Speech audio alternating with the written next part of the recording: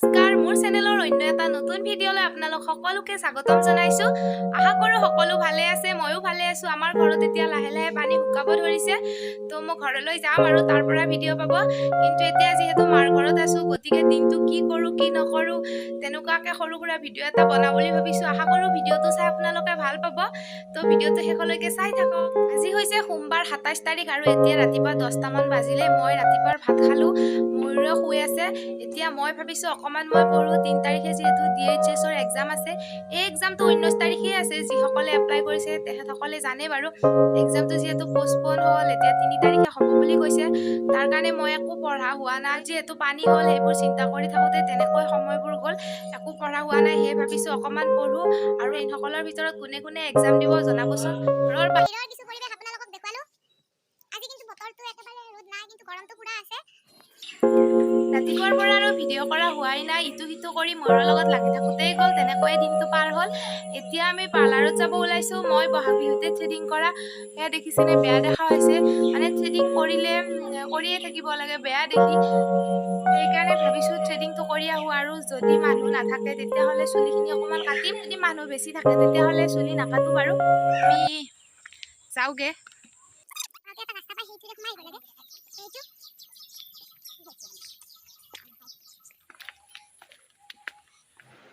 আহি পালো। চুলি কাটি কেনেকুৱা লাগিছে কমেণ্ট কৰি জনাব। চুলিখিনি মানে বহুত বেছি বেয়া হৈ গৈছে, কাটি গৈছে আৰু সেইকাৰণে কাটিলো। আকৌ কলেজ গ'লে মই ইমান বেছি সময় নাপাওঁ, ময়ূৰ থাকে বাবে তাকো চাব লাগে, পঢ়িব লাগে, কলেজতো যাব লাগে, সেইকাৰণে কাটিলো। কেনেকুৱা লাগিছে কমেণ্ট কৰি জনাবলৈ নাপাহৰিব। কালি পাৰ্লাৰৰ পৰা আহি আৰু ভিডিঅ' কৰা নহ'লে। আজি হৈছে নেক্সট ডে। আজি আকৌ ভিডিঅ'টো আৰম্ভ কৰিছোঁ। এতিয়া আমি মামাহঁতৰ ঘৰলৈ যাবলৈ ওলাইছোঁ।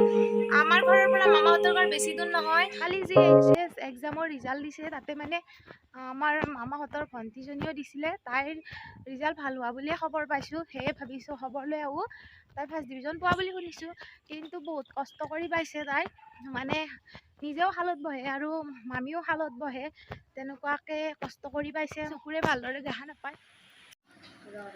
মামাহঁতৰ ঘৰ মই আহি পালোঁ।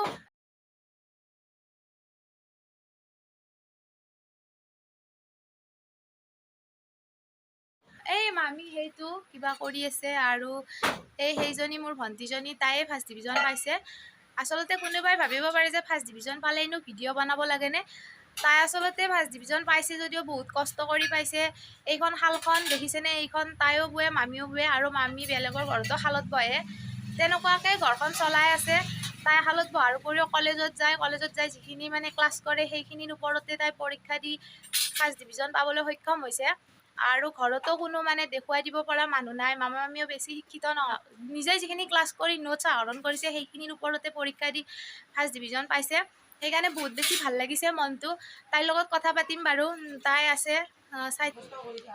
এইজনী মোৰ মামাৰ ছোৱালীজনী, তাইয়ে ফাৰ্ষ্ট ডিভিজন পাইছে। তাই এইখন শালতো বহিছিল, তেনেকৈ শালত বহাৰ উপৰিও পঢ়ি আছিল। মানে তাইৰ মুখেৰে শুনিছোঁ কেনেকুৱাকৈ পঢ়া শুনা কৰিছিল। তুমি অলপ কৈ দিয়াচোন, কেনেকুৱাকৈ পঢ়িছিলা? হয়, পঢ়াওঁতে বহুত কষ্ট হৈছিল। ৰাতিপুৱাও এখন কাপোৰ উলিয়াই থৈ যাওঁ শালত, তাৰপিছত আহি আকৌ ভাত বনাই শুই পেলাই আকৌ শালত বহি উঠি গধূলাৰ পৰা আৰম্ভ কৰোঁ পঢ়া শুনা কৰা। তেনেকুৱাকৈ ক'তো টিউশ্যন লোৱা হোৱা নাই? টিউশ্যন লোৱা নাই। পিছে ভাত বনোৱা বুলি কিয় ভাত বনোৱা, মানে মামী শালত যায় কাৰণে নেকি? মা শালত যায়, সেইকাৰণে ময়ে বনাব লগা হয়। ফাৰ্ষ্ট ডিভিজন পাই কেনেকুৱা লাগিছে? ভালেই লাগিছে। মানে ইমান কষ্টৰ মাজেদি, ধৰা কষ্ট নহ'লে কথা নাই, একো অভাৱ নাপালে, ইমান অভাৱৰ মাজেদি ভাল লাগিছেনে? বহুত ভাল লাগিছে। দিয়া। আৰু কিতাপ চিতাপ তুমি শাল বয়ে যোগাৰ কৰিছিলা? সেনেকে এতিয়া মাও দিয়ে। বিয়ে পঢ়িব ইচ্ছা আছেনে? পঢ়িবলৈ ইচ্ছা আছে, কিন্তু সামৰ্থ্য অনুযায়ীহে।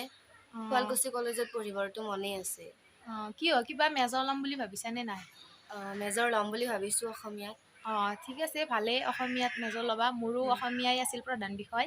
ভালদৰে পঢ়া শুনা কৰিবা। অসমীয়া বুলি নাভাবিবা যে সহজ নেকি, তেনেকুৱাকৈ নাভাবিবা। ভালদৰে পঢ়া শুনা কৰিবা। আৰু এতিয়া ধৰা শুৱালকুছিত যদি কিবা কাৰণত তুমি নোপোৱা, মানে শুৱালকুছিত পঢ়িবৰ কাৰণে যদি তোমালোকৰ সামৰ্থ্য নহয়, ধৰা পইচা নিমিলে, তেতিয়া তুমি বামুণীতে পঢ়িব লাগিব। বামুণীতে পঢ়িব লাগিব। দিয়া, পঢ়াৰ মন আছিল আৰু? মন আছে। দিয়া, যি কি নহওক। তাই এইজনীয়ে দুলু, আপোনালোকে দেখিলে বহুত কষ্ট কৰি আচলতে পঢ়িছে তাই। এই শাল বুই পেলাই বহুত কম ছোৱালীয়ে তেনেকুৱাকৈ পাৰে।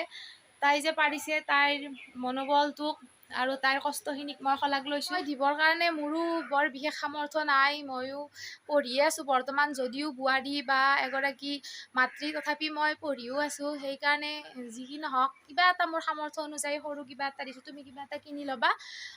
তো এইখিনিয়ে আৰু কিন্তু মোৰ এজনী ভণ্টি দেই, বহুত মৰমৰ হয়, কষ্ট কৰি পঢ়িছে যে সেইকাৰণে বহুত বেছি ভাল লাগিছে। আপোনালোককো দেখুৱালোঁ অকণমান, নিশ্চয় চাই ভাল পাব ভিডিঅ'টো। আৰু যদি মোৰ ভিডিঅ'টো ভাল লাগিছে তেতিয়াহ'লে লাইক কমেণ্ট শ্বেয়াৰ কৰিব, আৰু যদি আপুনি মোৰ চেনেলটো নতুনকৈ চাই আছে তেতিয়াহ'লে প্লিজ চেনেলটো ছাবস্ক্ৰাইব কৰি দিব। তো ভিডিঅ'টো এইখিনিতে সামৰণি মাৰিছোঁ, যাতে সকলোৱে জানে তাৰ বাবে ভিডিঅ'টো প্লিজ প্লিজ প্লিজ শ্বেয়াৰ কৰিব। তো বাই বাই। চেনেলটো সকলোৱে চাব আৰু ছাবস্ক্ৰাইব কৰিব। Bye bye. Bye bye.